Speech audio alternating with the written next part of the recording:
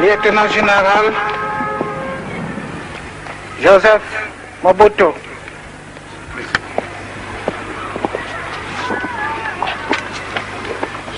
Le général-major Mobutu, Joseph Désiré, ici présent, est nommé lieutenant général de l'armée nationale congolaise, général-major, colonel, lieutenant-colonel. Nommé aux plus hautes fonctions de la hiérarchie militaire, Mobutu rêve désormais du pouvoir suprême, qu'il doit cependant partager avec le Premier ministre et le Président de la République. Pour le bien du service et le respect de la discipline militaire. Mais personne ne peut imaginer, lors de ces fastes militaires, que ce pouvoir suprême, Mobutu se l'accordera 6 jours plus tard, quand il destituera le Premier ministre Évariste Kimba et le Président de la République, Joseph Kasavubu. 6 mois après son coup d'État, Mobutu dénonce un pseudo-complot dirigé contre sa personne. L'ex-premier ministre Évariste Kimba et 3 autres anciens ministres sont tombés dans un piège fomenté par le président Mobutu lui-même. Ils sont accusés de haute trahison et condamnés à la peine capitale. En cette Pentecôte de 1966, sur la place de l'actuel stade des Martyrs, un monde fou, ameuté par la propagande officielle, assiste au spectacle macabre de la pendaison publique de ces 4 anciens ministres condamnés pour complot contre les institutions. Il faut dire que le service de propagande a bien mis au point ce show lugubre. Procession des condamnés vers la potence, cagoule sur leur visage, dernière prière, prononcé de la sentence, coup de clairon et le geste fatal du bourreau.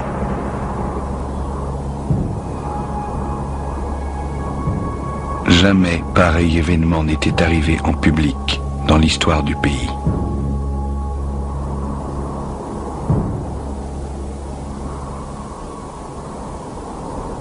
Puis-je vous demander tout d'abord comment le gouvernement a appris l'identité des conjurés et s'il y a d'autres personnalités impliquées dans ce complot?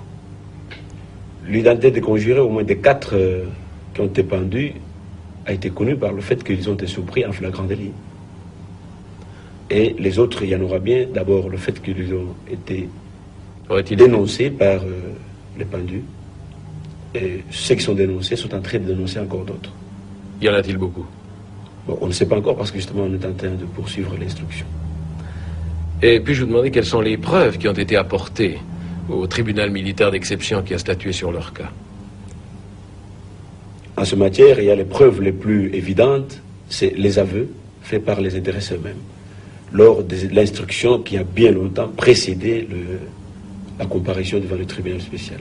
Puis-je vous demander quels sont les faits particuliers qui ont motivé la sévérité du tribunal d'exception? D'abord, c'est une question évidemment qu'on aurait pu poser au tribunal, parce que moi je ne suis pas le tribunal. Vous savez que dans ce domaine-là, le tribunal est toujours indépendant, très indépendant même.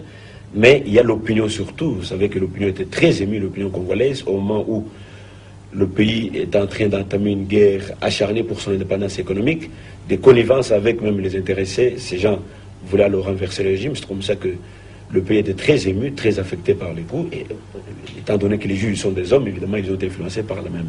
Et puis je vous demandais, ensuite logique, quels sont les faits qui ont empêché l'application de la grâce présidentielle? Je crois que c'est exactement la même gravité à laquelle le gouvernement congolais a en tête, n'est-ce pas, avec en tête son président de la République, attaché au fait, à l'infraction commise par les intéressés. Mais surtout, ce qui est plus grave, c'est la connivence avec les milieux de haute finance étrangères pour renverser le régime. Ces mêmes milieux de haute finance étrangères que nous combattons pour les intérêts supérieurs de la nation. C'est surtout cette complicité, n'est-ce pas, avec les milieux étrangers intéressés à l'économie du pays. Mais cette complicité, vous la supposez ou vous en avez des preuves? On a des preuves, on l'a souvent déclaré. Ce n'est pas pour rien que le premier secrétaire d'ambassade de Belgique, qui est plus intéressé dans l'affaire, a été expulsé du pays. Pourquoi cette exécution a-t-elle été publique? Ça s'explique surtout par la raison fondamentale même d'une action pénale. L'action pénale ne doit pas être toujours répressive, mais elle doit aussi être préventive. Éducative. Il faut qu'on prévienne, éducative et préventive aussi, qu'on prévienne tous ceux qui non seulement étaient dans le coup, mais tous ceux qui aussi attendaient leur tour pour y passer, pour qu'ils puissent y voir avec quelle sévérité on finit ces genres d'infractions. On punit ces genres d'infractions. Rendu public au lendemain de ce complot et qui donnait carte blanche à ce tribunal militaire d'exception de faire ce qu'il pouvait faire.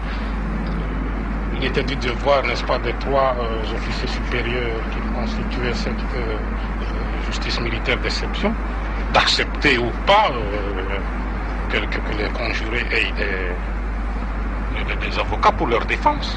Ce qui a peut-être frappé l'opinion publique en Occident, disons, c'est qu'en démocratie, dans nos démocraties, nous ne pendons pas les politiciens, nous n'exécutons pas les politiciens.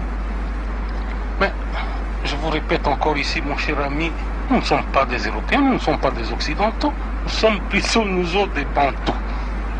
Et puis, ne croyez pas, parce que nous avons été colonisés par les Occidentaux, que nous sommes devenus par là des Occidentaux, nous restons Bantous, et nous avons nos mœurs, qui ne sont pas le vôtre, qui ne seront jamais les vôtres. C'est dire que la démocratie, telle que nous l'entendons, n'est pas applicable telle qu'elle ici, à votre avis? On peut l'appliquer, mais pas à la lettre, comme chez vous. Quelle est la nuance exacte alors? La nuance, c'est que chez nous, le respect dû à un chef, par exemple, c'est quelque chose de sacré. On ne peut pas jouer ou blaguer avec un chef. Lorsqu'un chef décide, il décide, un point c'est tout. J'ai décidé au nom du haut commandement que nous sommes au pouvoir pour 5 ans. Et un point c'est tout. Il n'appartenait plus à un groupe de politiciens d'aller se mettre du côté des financiers pour provoquer encore des désordres ou des troubles dans ce pays. Ils l'ont fait, il fallait un exemple.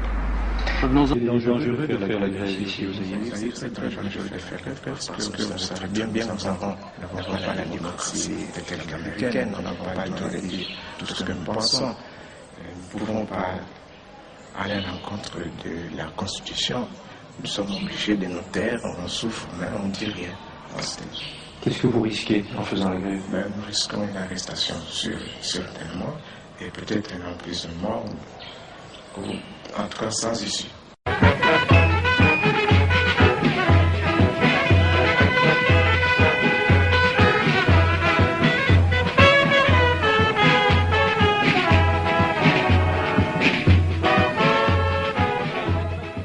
Le mot bouddhisme, lorsqu'on en parle, c'est quoi exactement? C'est l'ensemble de tout ce que j'ai prêché depuis le début de mon action, depuis la date historique du 24 novembre 1965. Et ça se résume en ceci: les enseignements, la pensée et l'action du président fondateur du MPR.